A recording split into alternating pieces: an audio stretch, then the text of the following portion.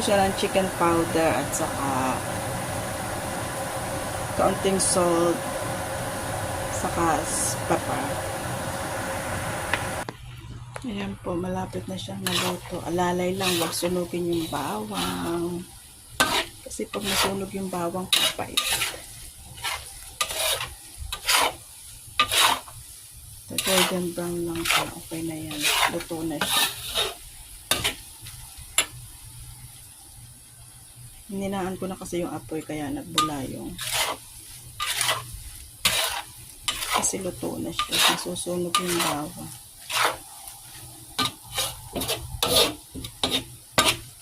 Okay na guys. Luto na. Bye-bye. Thank you for watching.